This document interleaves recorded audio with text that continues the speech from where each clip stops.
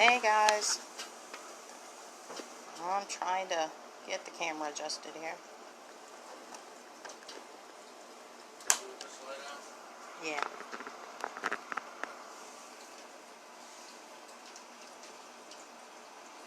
All right. Well, we got another great night for a podcast. We're going to be listening to stories from around the world, some from Britain, others from El Paso, Texas. So, it should get started here in a couple of minutes. I just wanted to set everything up and talk with you for a few.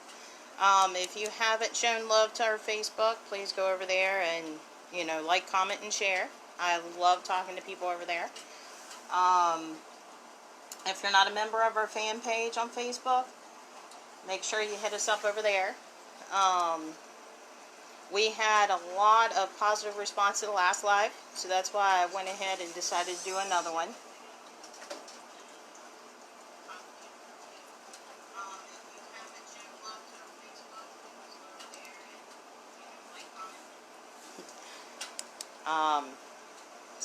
So here in a few minutes, we should start the live with the podcast.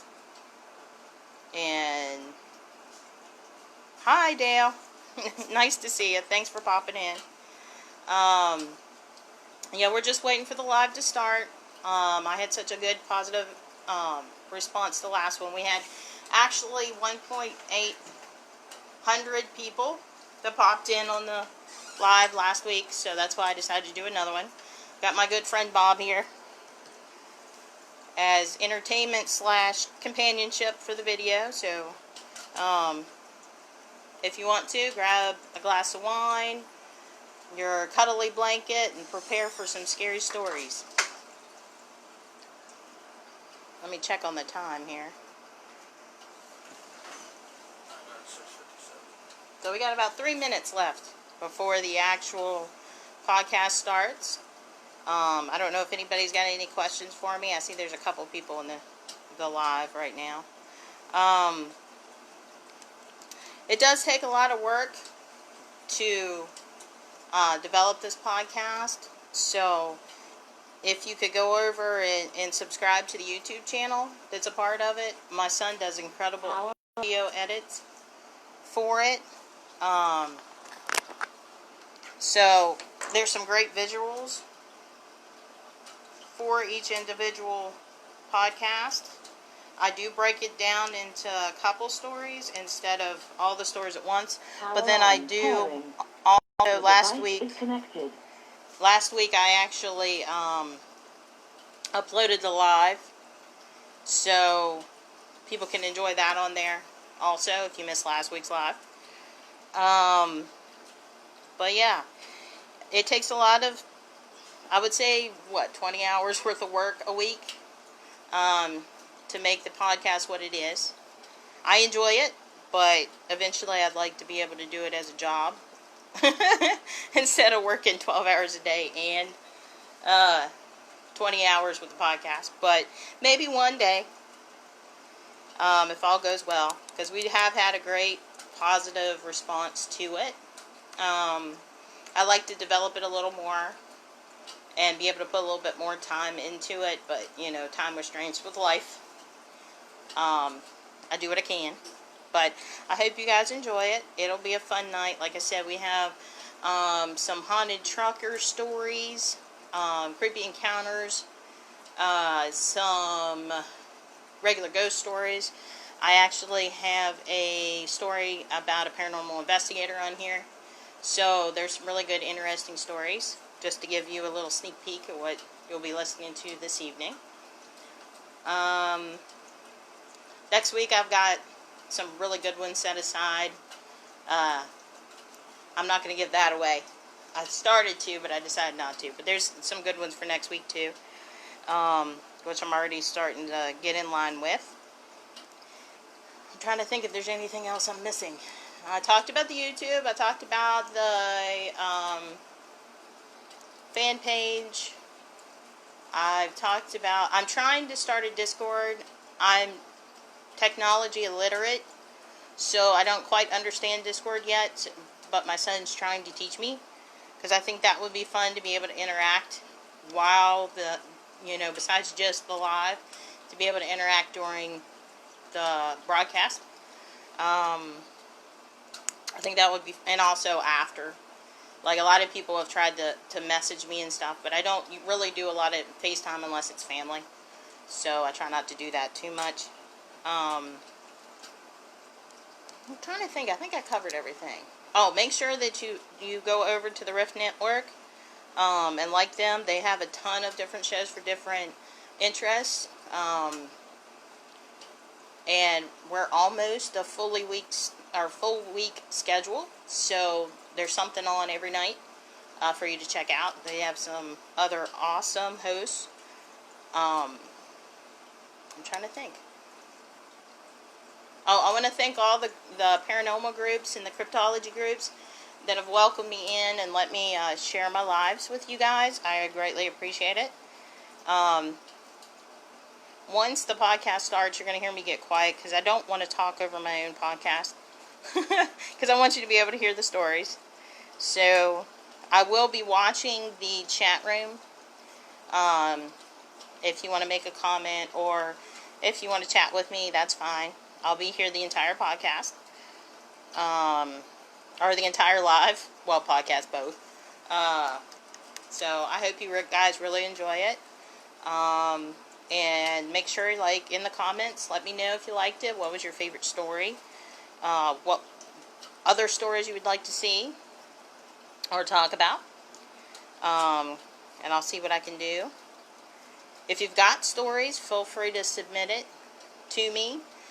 You can go through the member page, or if you know me personally on Facebook, you can let me know there. You can email it to me. You can drop it on the Reddit page.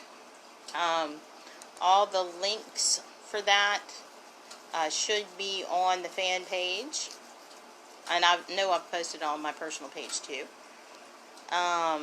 So, let me check on things, make sure we're all set up here. There we go. Alright, enjoy, guys.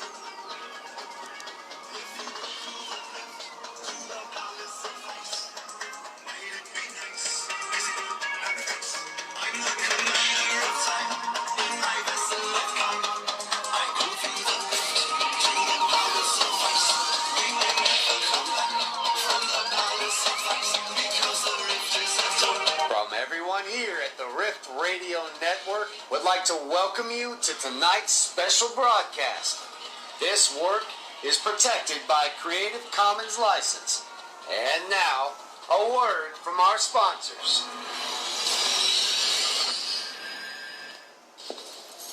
The Skeleton Key. This mystical shop, found exclusively on Facebook, is stationed in Blossom, Texas.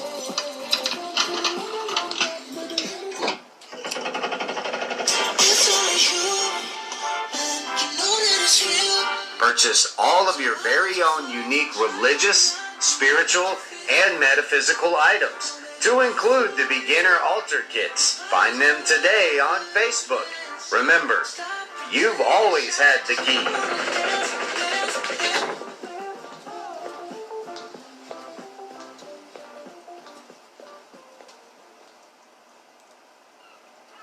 Beyond Earth Healing, your source for alternative and holistic full healing services by Reverend Kayla Ray. Beyond Earth Healing offers various approaches to energy healing to match your healing needs. She is led by her guides, angels, and more to help you heal. Located out of Lockport, New York, you may contact her at 716-550-3881 or at www.beyondearthhealing.com.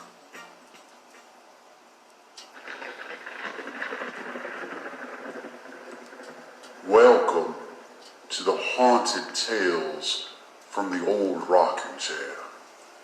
And now your host, Christina Spencer.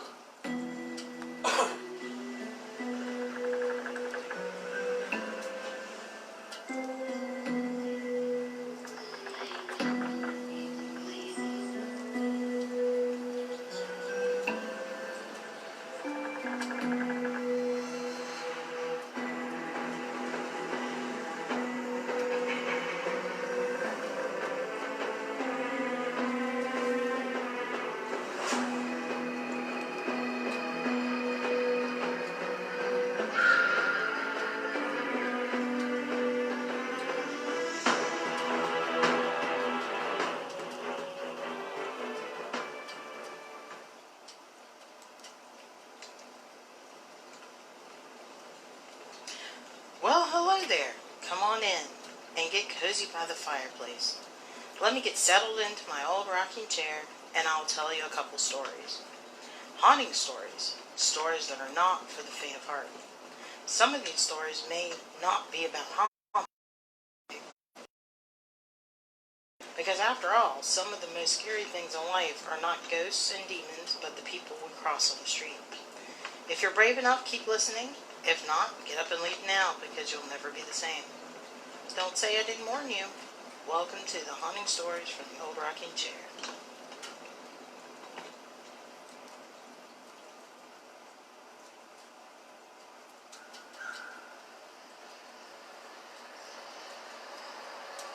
Keeping a Friend Company in the Country, written by Mauve U. Luss.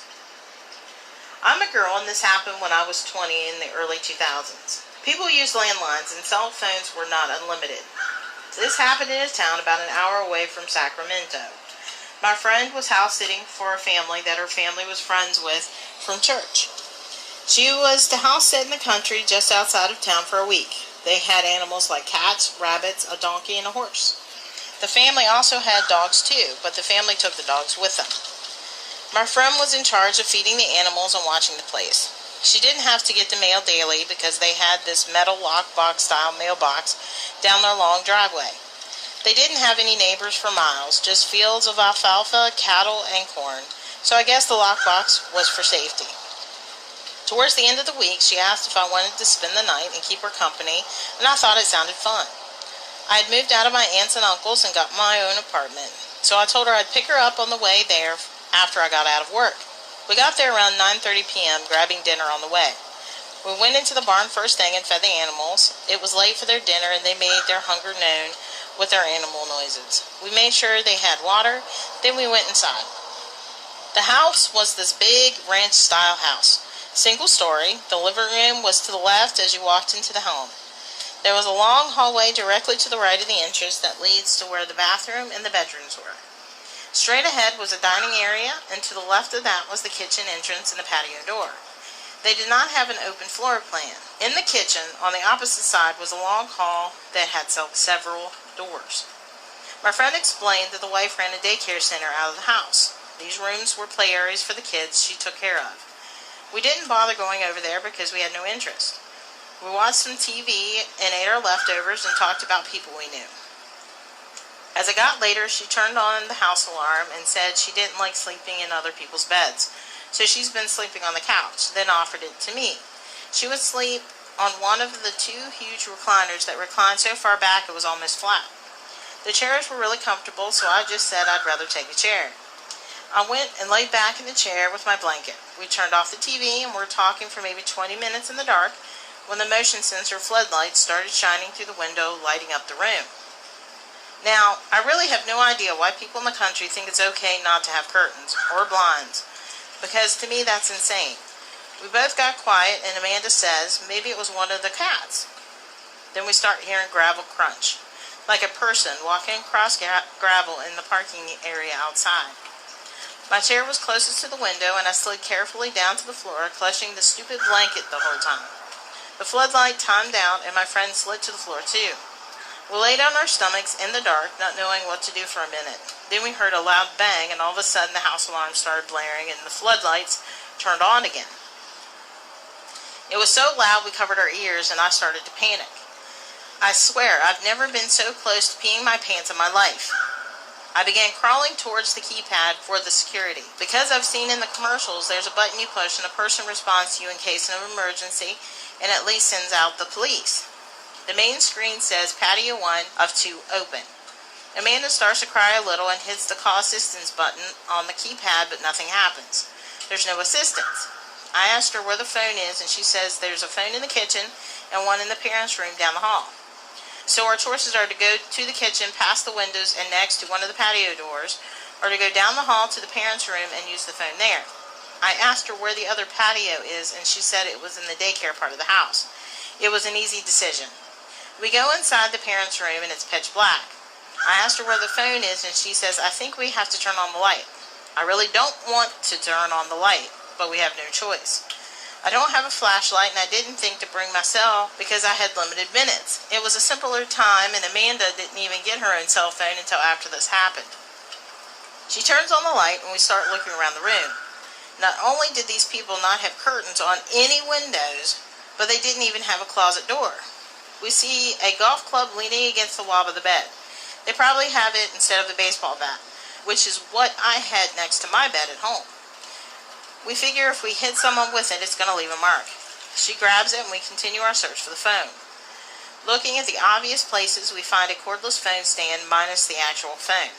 We have a light on, and the person that opened the patio door is bound to notice, and that's all I'm thinking about at this point.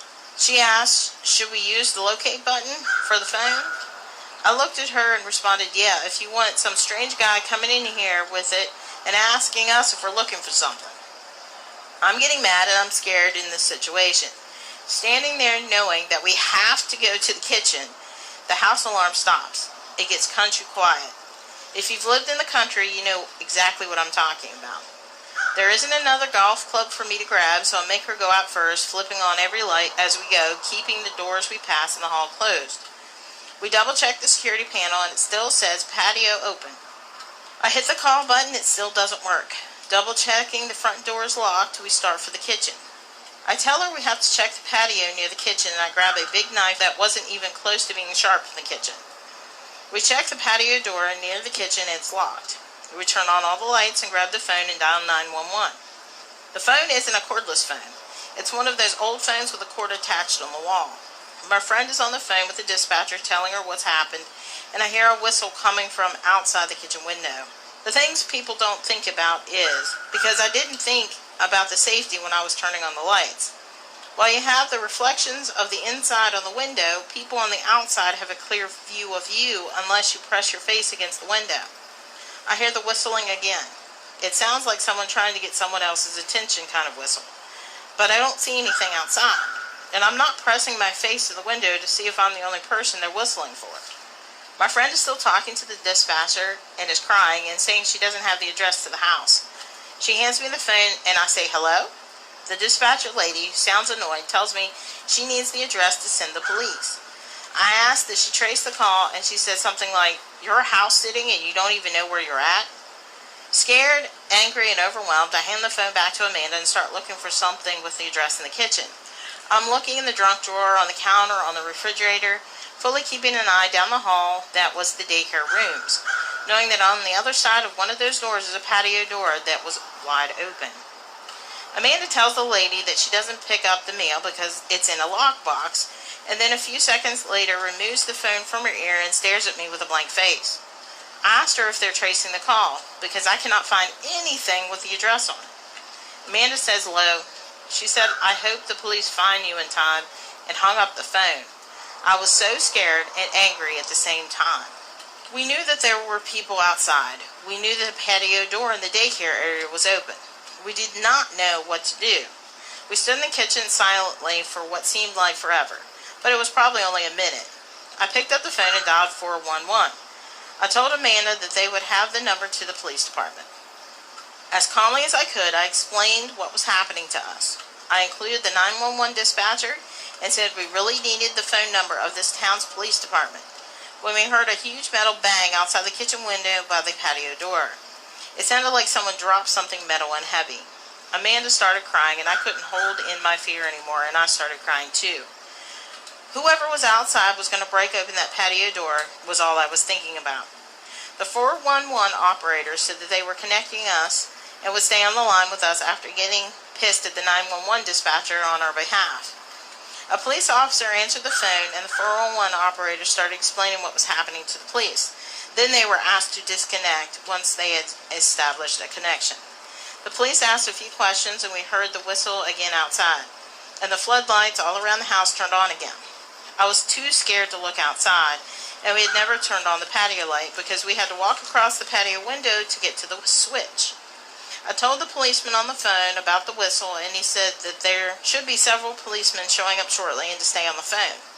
We were outside the town limits and knew it might take a few minutes. Having an officer on the phone made me feel a little better, but I was still really scared. He told me that the police had arrived and were coming up the drive. The policeman said to put down the phone and open the door, so I did. What I saw was a police pickup truck with spotlights flashing into the pastures that ran along both sides of the drive.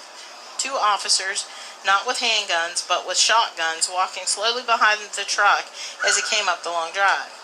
4 officers approached the house asking us our names. One went to the phone and said that they were there and hung up the phone. They ordered us to stay in the dining room and began searching the house. One by one they returned. The last one came back in through the patio door by the kitchen. He said he searched the barn, and the horse scared him, and the horse also looked spooked. He said the other animals were in the barn. They told us they didn't find anyone, and the daycare patio was not locked. There was, however, a broom handle in the track to prevent it from being opened too far. I looked at the patio door that the officer entered in and saw that there was not a broom handle in that one, and felt dumb because he just walked right through it. They lectured Amanda about not knowing the address of the house that she was supposed to be responsible for, and other stuff I don't remember. After finishing statements, they said they'd stick around and look more, and if we wanted to leave, we could. They would lock the bottom lock, but not activate the alarm, and we were cool with that. We were out of there so fast. We got into my car and went to our mom's. So mentally exhausted, we fell asleep, and I went to my office job the next morning. She said she really didn't want to go back to the house, but she had to feed the animals their breakfast. Her mom told her to take her sisters, and she did. That afternoon, she called me at work. She was really nervous and began telling me that when they went into the house, that there were footprints and poop on the carpet. She said it was probably the cop that checked on the barn. She said that she didn't know or pay attention. Also, she said that when she went into the barn to feed and water the animals in the morning, someone had tied all the rabbits' legs together in their hunches. They had 10 rabbits the kids used for 4-H church to finish the house sitting. She wasn't going back there. She also told the officer what she came back to, but no one was ever caught, and the police never called either of us to update us on the situation.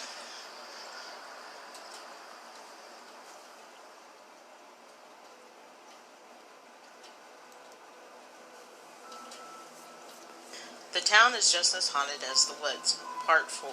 The 4 Crosses. Written by Crossing the Rubicon. As I mentioned in my last post, there are a couple of notorious pubs in my town that are known for their paranormal activity. I want to talk about a bit of history, so settle in. This is going to be a long one. So let's get into it. The Cross Keys.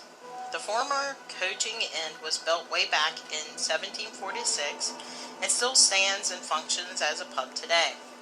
The infamous local serial killer William Palmer, who poisoned a number of people, was said to be a regular, and there is a story of him poisoning one of his victims in the pub. The pub is known for cold spots, people's drinks moving, voices and footsteps in the cellar, and numerous accounts of shadow people.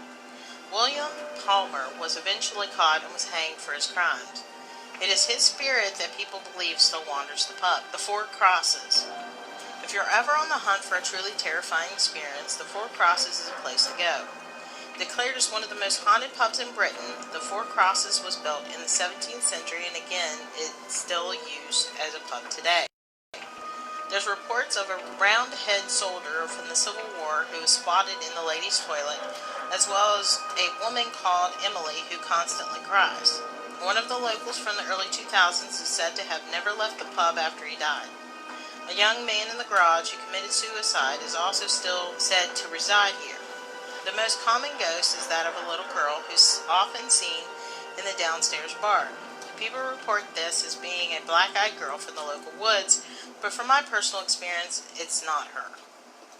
The 4 Crosses host ghost hunts on a regular basis, one of which I attended a few years ago. We got started on our night with the usual tour of the building before splitting off into smaller groups.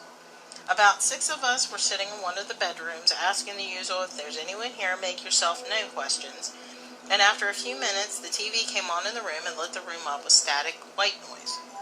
This obviously shut us all up. After a few seconds it switched back off again. Upon investigation we found the TV wasn't even plugged in. None of us had a logical explanation as to how this was able to happen. We moved our investigation into the attic of the building. Just a bit more history for you here. The wood beams in the attic were originally beams taken from a ship, so the wood beams are older than the building. This was told to us after a couple of people in my group, myself included, said we felt a bit motion sick.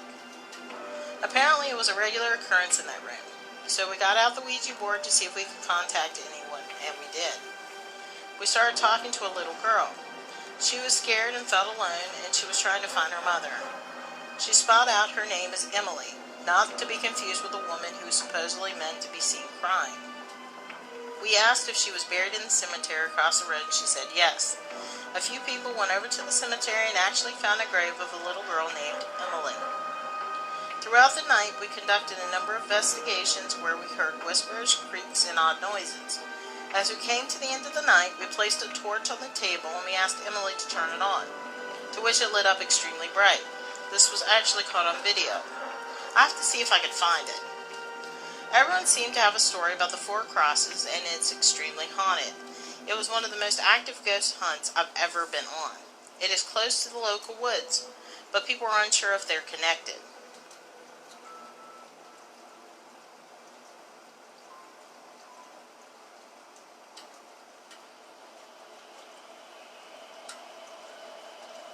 The town is just as haunted as the woods. Part 5. Castle Ring. Written by Crossing the Rubicon. As I edged ever so closer to talking about the infamous woods, I thought I'd talk about one of the oldest locations in town, which lies just on the edge of the Chase. It's called Castle Ring. Castle Ring was originally thought to be built back in the Iron Age. Although there is no definite date, the area is believed to be over 2,000 years old. Unfortunately, only the perimeter groundwork is there today. During the 12th and 13th century, a hunting lodge was built, the foundation of which are still visible. Rich in history, the small hill fort has a lot of stories behind it, from UFOs to werewolf sightings to the spirit of a nun, and as always, my own personal experiences of the place. So let's get into it.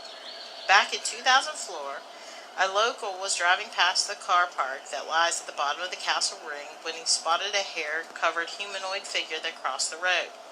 Shocked by what he was witnessing, he slowed his car down and attempted to take a photo. He was quoted as saying it was about 7 feet tall, with short, shiny, dark brown fur, a large head, and had eyes that glowed bright red. The spirit of a nun is often seen near Castle Ring, near where locals collect water. I was unable to find her backstory. People were unsure if she drowned there or was murdered or just somehow connected to the area. The abandoned windmill that lies just up the road from Castle Ring also has a sad backstory.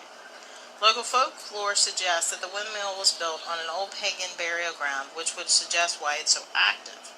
There were 2 children that also suffocated in the flour silo that is still reported to be active in the area to this day. The legend tells of a tall, black shadow-like figure that was spotted as the children suffocated, which is possibly the same shadow humanoid that was seen back in 2004. Earlier this year, while stuck in a lockdown, I decided to take the dog for a walk as part of my daily allowance out once a day for exercise routine. I hadn't been up to Castle Ring for years, so thought it would make a nice change to my usual walk. It was raining, so I knew hardly anyone would be out. I parked up and noticed my car was the only one there. I didn't think much of it. This year has been a whole load of weird. I started walking around the perimeter on the local allocated path. As the path dipped into more of an enclosed wooded area, I started to feel very uneasy. I took out my headphones as something didn't feel right. My eyes started darting left to right as I felt something was watching me. My dog, who loves everyone and anything, started snarling and barking at something in the woods. At this point, I decided to go straight back to the car. I picked up the pace. I walked back, constantly looking around. Out of the corner of my eye, something caught my attention. I snapped my head back around to catch what looked like a black shadow darting from behind one of the trees. I ran back to my car and drove as quickly as I could away from the area. I now remember why I hadn't been up there in years. The last time I was up there, myself and a couple of friends witnessed strange-looking lights in the sky. The whole area just makes you feel uneasy, and even thinking about it gives me chills. I know I'm not the only one who has experienced weird things go on up there, and I certainly won't be the last to report it.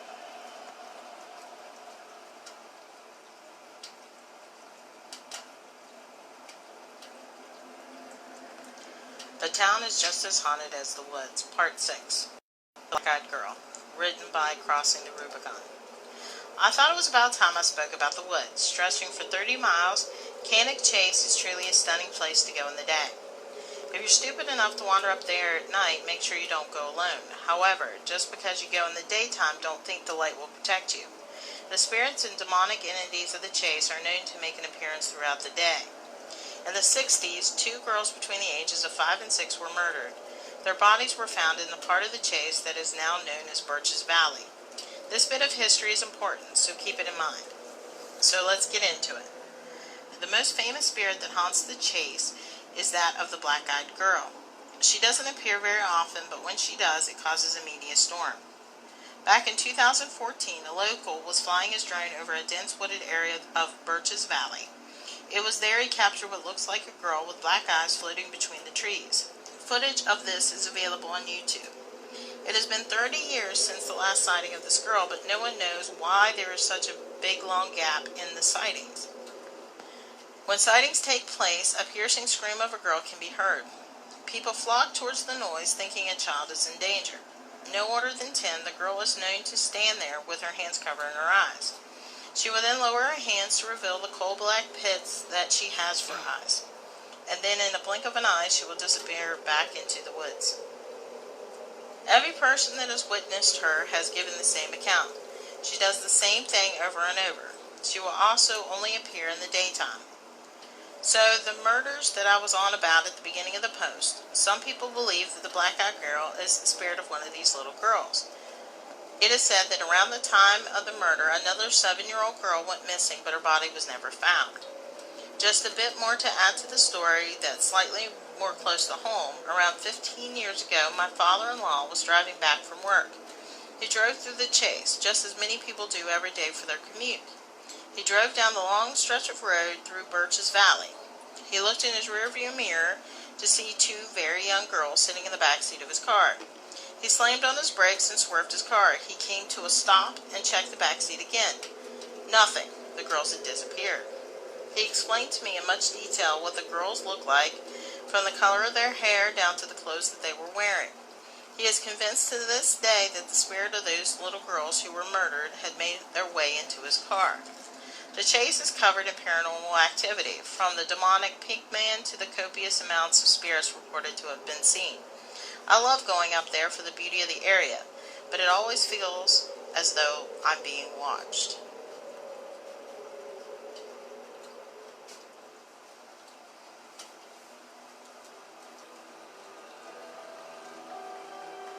Followed Home, written by D. Junder Dog 85. Series. There are many places in El Paso, Texas that have stories of paranormal activity. History in El Paso has stories from the legendary Pacho Villa and Billy the Kid. But growing up in El Chuco, or the 915, has its share of legends and tales. The many famous locations that are known here in El Paso, Texas are the Concordia Cemetery, El Paso High, Plaza Theater, and many more. One location that not many people know about is the Southwestern General Hospital located near Cotton Road. This info is found on the website and describes the history of the hospital. Southwest General Hospital, also known as LTAC, was founded in 1910 and was purchased by Dr. Homan. He purchased this because in the 1900s there was a disease called tuberculosis. Many people were getting sick. Dr. Homan then renamed the hospital Albert Baldwin Sanitarium and was going to remodel it, but then the state had gone into neglect. A few years later, editors from the order at Concordia, Kansas, reopened it as St. Joseph in August 20th, 1927. Later then, when they had reopened it, Dr. Homan had come back, and so did his partner, Dr. Kryman. Later, they started remodeling it and eventually named it Southwest General Hospital. This hospital was used for regular needs. Southwest General Hospital had first received their first patient in January 25, 1937. Many years later, they named it the El Paso LTC. LTC means long-term acute care.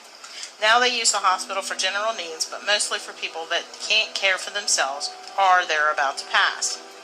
In 2009, I was interested in the paranormal due to the fact that I had many paranormal experiences growing up. I found a website that held ghost tours at the old Southwestern General Hospital. I was excited and ready to go on a ghost hunt. The group that held the ghost tour was named GHOST, or Ghost Hunters of South Texas. The group was professional and they used many of the items that paranormal researchers use at the time. Before the tour, they showed us proof that they have captured while investigating the property. EVPs, including the little boy saying, "Play with me, please," a woman with a southern accent responding to questions. The woman is said to be a nurse seen on the 4th floor by security guards. The woman is said to be seen dressed in old-time nurse's attire. After the tour, the group said that they were having openings for new members, and the new members would be tested and would be considered in maybe taking part in a new team. I was quick to join and try out. I made the team. The team would have private group ghost hunts, so we had the building to ourselves. The 3rd floor was used as a hospice type area. The building has 4 floors. The 1st, 2nd, and 4th floors were left abandoned and looked like a scene out of a horror movie. Hospital beds lay in rooms dusty and unused. Many papers and nurse logs lay on desks and had dates from 1995 on them. I even found a death log that had names and dates. The most active areas were the 4th floor and the 2nd floor. The 4th floor had a baby nursery and many rooms that were once used for families that would welcome new babies. One EVP that was caught in that area was one of a crying baby. At the time that the EVP was caught, there were no babies in the building, and it was after 12 midnight when it was caught. Also, on the 4th floor, there was a long hallway with empty patient rooms. In that hallway, shadows were always seen running or moving. The 2nd floor had an old surgery room with no windows. Video evidence of a man screaming was caught in that area. Also, many shadow figures were seen in this area. When doing research on deaths in the building, it came up that a nurse was crushed to death when a malfunction with the elevator happened years ago. During the time I was part of this group, we investigated in this building many times. I also led ghost tours in the building with other members. I witnessed shadows, disembodied voices, screams, and one time heard a female humming a song only to find the room empty and dark. Videos of doors opening on their own with no wind or people in the building. Also, the 3rd floor had employees that would see things and hear things. Patients also complained of kids running in their room or a man standing over their bed just looking at them only to disappear. Over the years, I gained experience and loved what I did. As a group, we investigated many places such as schools, homes, cemeteries in El Paso. We also got to investigate the old ASARCO smelter before it was demolished several years later. I got to ghost hunt with people from Ghost Hunters and Ghost Hunters International. I met many celebrities, and the group had them take their own personal ghost tours. It was fun, and I grew a thick skin for being scared of anything that goes bump in the dark. One of my favorite places to investigate is the Southwestern General Hospital. I never believed in being followed home. One night after investigating, I was at my apartment eating on my couch and watching TV. I had my hallway light on near the front door that was visible from where I was sitting. All of a sudden, from the corner of my eye, I saw a shadow of a person on the wall near the door. I turned and saw the shadow in full form. It was about 6 foot tall and all black. Then 1 second later, the shadow moved as if running down my hallway to my bedroom. I froze in horror, thinking somebody was in my apartment. I got up and walked to my bedroom. Nobody was there. I searched the whole house. Then I thought to myself, maybe I'm going crazy. I soon went to bed a few minutes later. It was about 3:20 a.m. when I felt my bed shake. I woke up to my sheets being pulled off of me very slowly. I tried to move and couldn't. My sheets slid very slowly off me towards the floor. I couldn't move, and I started to hear growling in my ear. From the corner of my eye, I could see something moving near my head on the right of me. It was on my pillow. I could only see it from the peripheral vision that it had hair. It was hairy and brown. If I can compare it to something, I would say Chewbacca from Star Wars type of hair. Its moving and growling continued. I tried to move my arm and could only move my fingers. My eyes started to water up with tears. The blanket was still being pulled off of me little by little until it hit the floor, and I was no longer covered by sheets. I felt the hairy thing moving right up next to me, and the growling grew louder. Then, all of a sudden, I was able to sit up. I turned and looked to see what was next to me.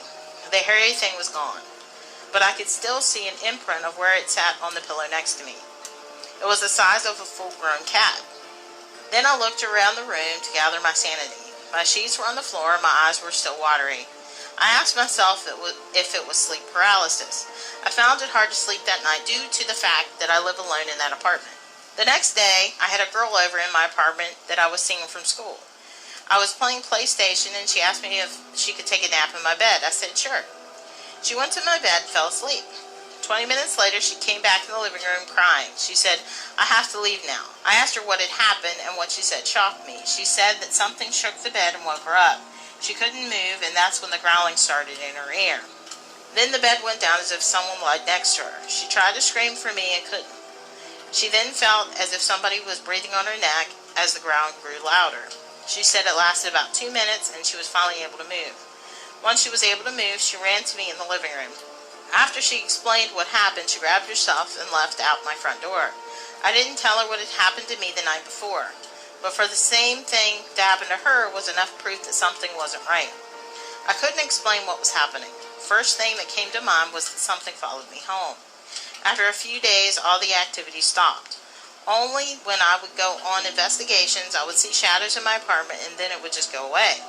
I loved what I did, and the only time I feared the paranormal was in this moment. I no longer ghost hunt, and the group no longer gets together. Southwest General Hospital was purchased and is now remodeled and is in use today. I can only imagine what the employees of LTAC go through by being in that building.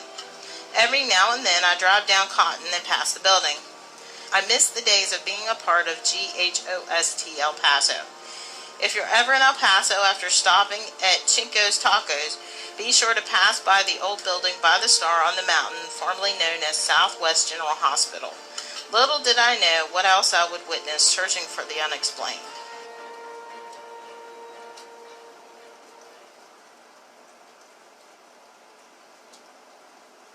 Makes me want to ghost hunt. I've been a truck driver for a few months. I've seen some weird things. Part 2. Written by Blondie Trucker 97. I'm glad to see some of you were interested in my stories. I'm back with another one tonight. I'll try and write these in some sort of chronological order, but it may not work out that way. After I was in Nevada for the first time, I headed up the west coast to Washington State. It was beautiful there. The mountains were simply breathtaking.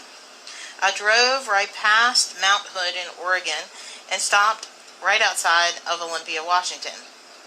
It was a rather quick trip, but I've always wanted to go back there. After my stop in Washington, I went south to Oregon, and then straight east through Montana to Wisconsin. I usually don't get a lot of cross-country trips like that, but when I do, I really enjoy them. It's nice to drive for days at a time and just see the sights. On my way to Montana, I drove over the western side through Bozeman, right over the mountains. It was getting late in the evening as I crested the final mountain in the Rockies. The sunset casting a pink and orange glow over the western sky. If I can help it, I never like to drive at night, but sometimes you just have to in this line of work. I started looking for a place to pull over and sleep for the night. I rounded a bend and saw a small rest area with a large gravel lot and a restaurant. Perfect, I thought to myself. I slowed my truck, put on a blinker, and pulled over. I parked close to the small bathrooms. There was no other vehicle here and very little traffic on the road. It was almost dark outside, the last rays of sunshine pouring through my windshield. I was getting myself settled in and ready for bed when I suddenly heard a knock on my door. This was highly unusual. I've had people knock on my door before, but that was usually if I was parked not so legally at a truck stop, blocking someone in or otherwise in the way. But I clearly saw that there was no one else here with me. I should have been alone. I was in the back sleeper part of the truck, so I didn't see who was at the door. I was hesitant to answer it. I stepped up front and sat in the driver's seat, grabbing a pocket knife just in case. It was dark in the cab, so whoever was out there couldn't see what I was doing. I rolled the window down just enough to see them, but not all the way. Yes, I said nervously. The person standing on the ground beside the truck was tall, maybe a little too tall. He looked more or less like a normal person. He was wearing a black and red button-up flannel shirt and blue jeans with brown boots. He just looked like a hitchhiker. He looked up at me with a seriously creepy smile, and I instantly regretted rolling down my window. "Evening, ma'am," he started. "My truck broke down a few miles from here, and I was wondering if you could give me a ride into town." He didn't stop smiling the whole time he spoke. It was really unnerving. His teeth looked sharper than a human should be. I replied, "Sorry, that's against company policy." That wasn't a lie, it was, but there was no way I was letting this guy into my truck. "I don't need to go far," said the creepy dude, still smiling way too wide for his face. "There's a small town a few miles away." "No, sorry, I'm not comfortable doing that, but good luck," I stammered and rolled the window back up, triple checking that my doors were locked. As an added measure, I looped the seatbelts through the door handles and buckled them, a trick I learned from my trainer. The man turned and walked away, and I watched him go, expecting to see him walk back down the road. He didn't. He stepped over the small barbed wire fence that separated the mountainous terrain from the small parking lot and walked off into the woods. I noticed something that I didn't before when he was standing so close to my truck. There was something wrong with him that I couldn't place immediately. It looked like his legs bent in two places instead of just one. That just made my stomach turn. I didn't really want to stay there the rest of the night, but my clock was out, which meant I couldn't drive until I took a 10-hour break. So I reluctantly bedded down for the night.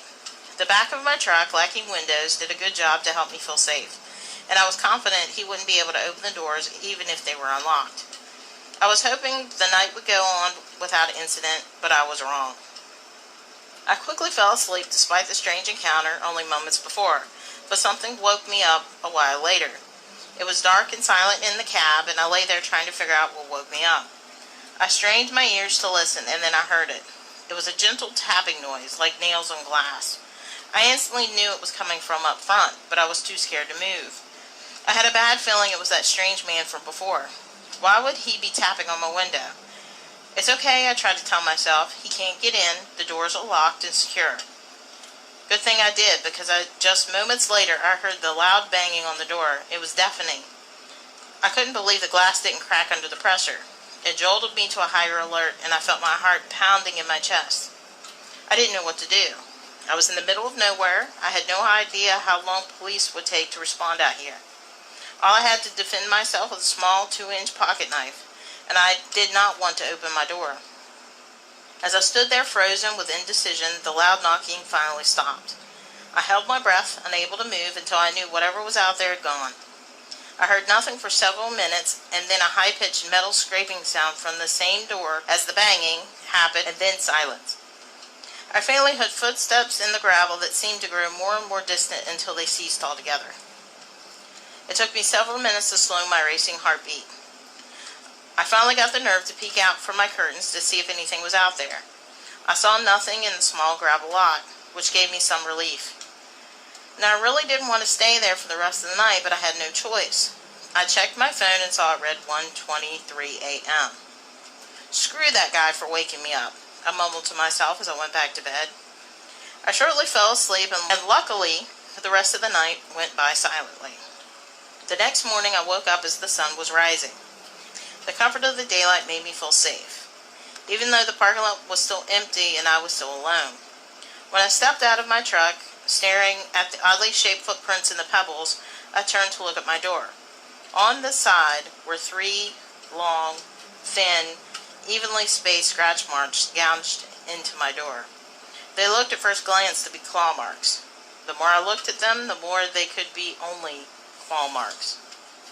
I got the frick out of there as fast as I could, and I tried really hard never to go through that area of Montana again. This experience freaked me out a lot.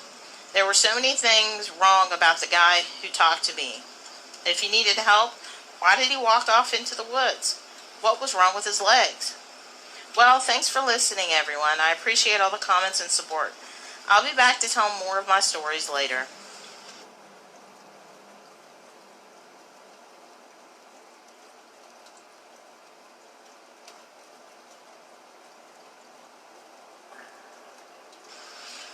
I've been a truck driver for a few months. I've seen some weird things. Part 3. Written by Blondie Trucker 97. Evening, everyone. I'm back again with another story from my trucking adventures. I'll try to share as much information as I can about the places I go, but I really don't want anyone to cross paths with the things I've seen, so I'm also trying to keep very vague. For anyone who is out of the loop, I suggest listening to my first 2 accounts, otherwise this may not make as much sense. I really don't experience these things often, but when I do, it can get pretty weird. Why does everything insist on coming out at night anyways? Whatever happened to daytime monsters? It's everything paranormal, nocturnal? Doesn't make a lot of sense if you ask me. I never thought I would have developed an aversion to beef, but my experience at this warehouse in Omaha has unfortunately left me with a rather bad experience with fresh meat. I'm not a vegetarian by any means, but after this, I need to have my steak a little bit more well done than I liked before. Let me back up. This was a few weeks after my terrifying experience in the Rocky Mountains of Montana. Life was going as normal as it can be as a trucker, and I just got a new load delivering from a beef distribution warehouse in Omaha going to eastern Tennessee. I normally don't deliver a lot of fresh food, but it's not really that unusual. They usually save trips like that for TCU drivers, temperature-controlled units, and I just haul dry van, which means the normal 53-foot trailer you probably always see. TCUs are normally responsible for hauling things like milk and other foods that need to be kept cold. Anyway, I'm on my way to this warehouse for a live load, to be loaded on site instead of picking up an already loaded trailer, which is normal for fresh foods. It's a routine pickup. I get there, sign in, back into the dock, and wait to be loaded. Once they're finished, which takes about an hour, they knock on my door and hand me the paperwork. I should mention it's also pretty late at this point, maybe 7 p.m. Not quite dark, but the sun is setting. I pull out from the dock and hop out to close my trailer doors and place the seal on it. As I walk to the back, I give the cargo a quick once-over to make sure it's loaded properly and isn't going to come crashing down when I take off. There's several pallets stacked high with plain white boxes labeled with whatever was inside them, which I assumed is beef or steaks. As I go to shut the door, a box must have came loose. It's not my job to stack the cargo properly, but this seems far too simple to trouble the employees. So I climb into the trailer to see if I can put it in a more secure spot. I picked up the box and looked at it, and I freeze. One end of the box came partially open when it fell, and I saw the contents of the box. It was not beef. Inside the box, frozen, vacuum sealed, and neatly severed, was a human hand. Several human hands, all stuffed into the box and was clearly packaged for sale. I had no idea what to think. This couldn't possibly be an accident. It's obviously packaged up. I looked at the label on the box and it read, Left Extremities Caucasian, and the date it was packaged, which was today. Yeah, no way this was an accident. I checked all the other boxes. They were all full of human body parts. All the labels said things like cranium and kidney. I was too scared to confront the employees about this. What if they were in on it? Maybe they had no idea what was in the boxes. But come on, I told myself, they transport these crates all day. They'd have to know exactly what they said. I decided to close the box and shove it back into the space where it fell from. Once I was miles away from this place, I'd call in an anonymous tip to the police about suspicious activity at the warehouse and never come back here. I jumped down from the trailer and slammed the door shut, placing the seal on the handles. Everything okay? The voice behind me startled me so much I nearly jumped out of my skin. I turned around to see the same guy who handed me the paper standing there with a grimace on his face. He knew I knew, and I knew he knew I knew. I tried to play it cool. Oh yeah, no, I'm good. A box just fell and I secured it, so we're all good to go, I said a little too cheerfully. The man kept intense eye contact with me the whole time. Well, he continued, have a safe trip. He tipped his hat to me, then walked away. That was weird, I thought to myself. I'm not sure what the guy's deal was, but he definitely knew something was up. I am so calling the cops on this place. It must have been some sort of black market operation. After I got the hell out of Dodge, I sent in an anonymous tip to the police, giving them the exact name and address of the place I went to, and telling them I was certain I saw human body parts being sold there. They thanked me, told me they would check it out, and then hung up. When I delivered the load, it was to a small, very dodgy-looking mom-and-pop operation. I dropped the trailer and hightailed it out of there. As for the police, I wasn't sure if I was going to hear back from them about it. But about a week later, I decided to call and ask them. I've never forgot what they told me. They told me they searched the premises and found nothing. Absolutely nothing. The place was abandoned. There was no one there, no evidence that any sort of business had ever been operating there. Not a single piece of identifiable evidence could be found. No security tapes, no leftover packaging or paperwork, just an empty warehouse. I was completely speechless. I thanked the officer I spoke to and hung up. I thought about telling them that I had paperwork for my delivery with their information on it, but since I called it in anonymously, I didn't want to be connected to any police files. I looked at the paperwork from the trip. I'm required to keep all my bills in order to be paid, and the address for the billing was some location in North Dakota. They were smart enough to use a different billing address. Well, that was a dead end, but I also reported the place I delivered to. No way those people didn't know what they were buying. I called back several times over the next few weeks, and the officer always told me he couldn't discuss an open case.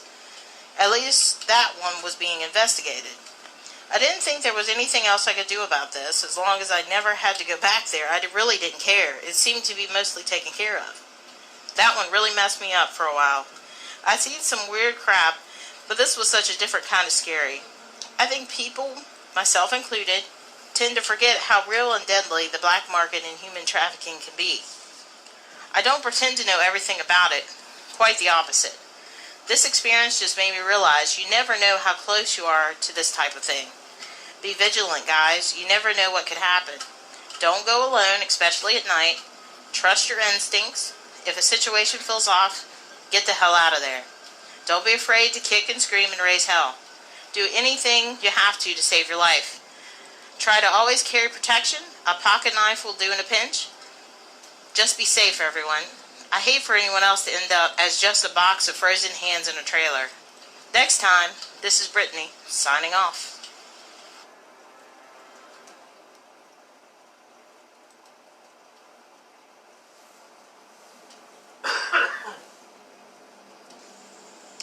The House on Roseway, written by DeJunderdog85. When I was young, I stayed at my aunt's house a lot due to my mom and dad working a lot. There were many times that my younger brother and I stayed overnight. The house we stayed at was located on Roseway Road in El Paso, Texas. I knew nothing about the paranormal at the time, but little did I know what I would witness would change my life forever.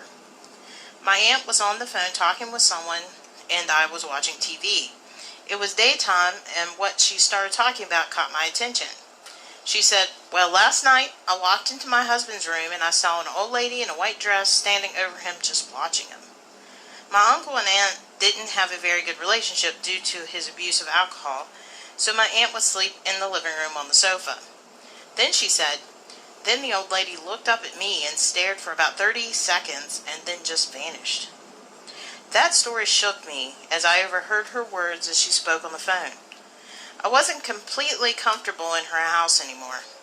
Days later, I heard her talking on the phone again, saying maybe this lady left unfinished business behind. My aunt believed that her house contained maybe some kind of buried treasure, or that this lady left money buried within the house. I didn't believe her. I thought maybe she watched too many movies. One night, my whole family had a family gathering, and we sat at the dining room table playing cards.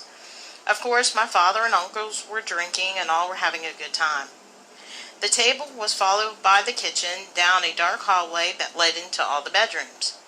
Down the dark hallway, a tall black shadow walked by, and I quickly turned my head to see who it was. It wasn't a human, and it was all black from head to toe. I didn't notice that the whole table of my family suddenly grew quiet. They all stared down the dark hallway. One of my uncles said, "Did you guys see that?" Everybody at the table had a shocked look on their face. My uncle then said, "There's someone in the house." He then got up and headed to follow the shadow to investigate. He then came back and said, "Nobody's over there and all the rooms are dark and quiet." The mood quickly changed. The night was no longer fun for anybody. Years later, my family had a Thanksgiving get-together once again in my aunt's house on Roseway. At the time, camcorders were a really big thing. This was like the 90s, so yeah. The sun went down and all of the family was watching TV in the living room. I started playing with the camcorder and started to record. I thought it was so cool, and I walked around the house with it. My aunt said, "John, don't go far. The rooms are dark and nobody is in them. Please leave the doors to the rooms closed." I agreed and went on with my adventure with this device that astonished me. Hey, I was a kid, so anything like this in the 90s blew my mind. I walked to my uncle's bedroom, filming as I walked. Then I thought to myself, imagine if something were to happen, how cool it would be to capture it on camera. I stopped at the closed door and I heard light scratching. Then from the other side of the door I heard 3 knocks. Suddenly the door started opening. I thought to myself, maybe somebody's in there. As the door opened, the room was pitch black dark.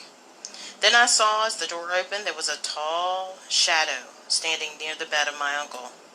I ran screaming, and my dad asked me what was going on. I told him what happened, and he brushed it off as me seeing things. I showed him the video that I recorded and quickly said, "Who's that?" He got up and went to my uncle to show him. They both looked confused, and my uncle walked to his room. He checked the room and came back to tell us nobody was in there. I was scared from then on in that house. Over the years growing up, I would see the shadow all the time. It was usually quick, then disappeared. When I was about 14, my cousin had a friend over. Outside in the backyard, my uncle had a huge garage. It looked like a warehouse, and he and my 2 cousins would work on cars. My cousin's friend kept looking around and looked very uncomfortable. Then he told my cousin that he had to leave. My cousin asked why. Then his friend said, "The spirits are making me really uncomfortable." He said that he was sensitive and he could see spirits. I didn't believe him and laughed. Then I told my cousin that there are many spirits here and some of them had bad intentions. He said one was a man dressed like a Native American. He then said some of these spirits are angry because this was their land and now you live here. My cousin's friend quickly left and never came back after that. I just thought he was crazy. The radio in the garage would turn on at random times during the night on max. The music that would play would be oldies. It would turn off and then turn on many times. A couple of years later, I was about 17 years old and I needed extra money. My uncle told me if I cleaned the yard, he would give me $50. I jumped on it quickly. I showed up and started cleaning the yard. It was a huge yard next to the garage. The sun was going down as I was finishing cutting the grass. Suddenly the grass mower turned off and I couldn't get it back on. I messed with it, and as I looked to get it working again, I could see a silhouette of a person standing right in front of me. I turned quickly to see who was watching me and no one was there. I had the chills. I felt very uneasy after this. I got the grass mower working again and finished as fast as I could. I had the feeling the whole time that someone or something was watching me. This was my last encounter. My uncle that owned the house ended up divorcing my aunt. My aunt moved out. My uncle soon got in trouble with the law and he was involved in embezzling money from the city. He went to court and ended up going to jail. The land that my uncle and aunt lived on turned out to belong to the city and was never paid for. My uncle lost the house and the land. He got out of jail and soon passed away after being released. My wife has a hard time going to funerals, but I made her go to this one. I wasn't really close to my uncle, but I grew up spending so much time in that house. That night, my sound bar to my television turned on at 3:20 a.m. Static came through and we could hear what sounded like church music and a choir singing. My wife freaked out, and soon after the sound bar turned off. I really don't know what it was on the sound bar. It could have been anything. The land that my uncle owned is still there on Roseway Road in El Paso, Texas. The house and garage were torn down, and all that is an empty lot. I hope he can rest in peace. I believe everything happens for a reason. These experiences got me into the paranormal, and I ended up being a ghost hunter. These experiences shaped me into the person I am today. I have many other stories, but that's for another time.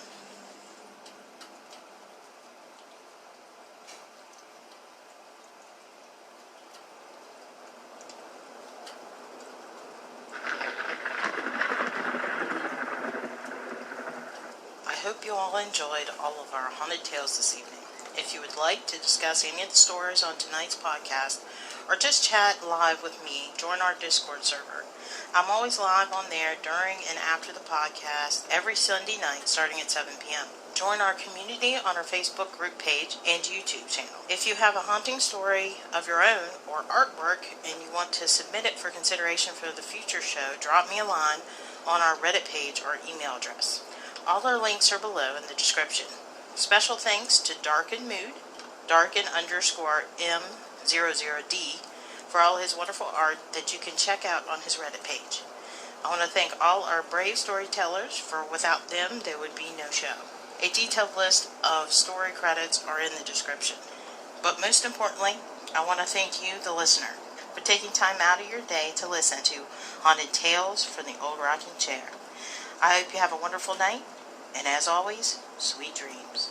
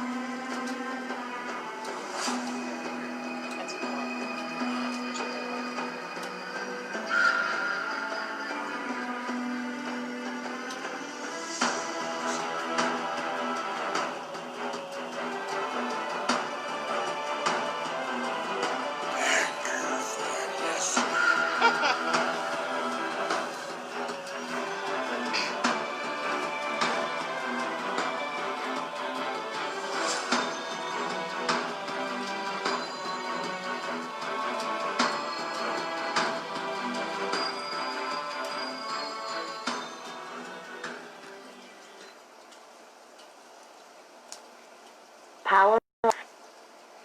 Alright guys, that was the show. Thank you for tuning in. I appreciate you guys that have hung in there the entire show, because I noticed there was a couple of you that's been here like the entire hour. I do greatly appreciate that. I do appreciate the support. I think I'm going to be doing this live every Sunday, because it seems like everybody seems to really like it. So I just want to give you a big thanks, and thanks to the network, and thanks to Steve who's helping share it out. If you want to help me, just go ahead and share it out. Let people know about me so we can continue to grow and maybe increase our podcast viewers. All right, guys. Well, have a wonderful night. And as always, sweet dreams.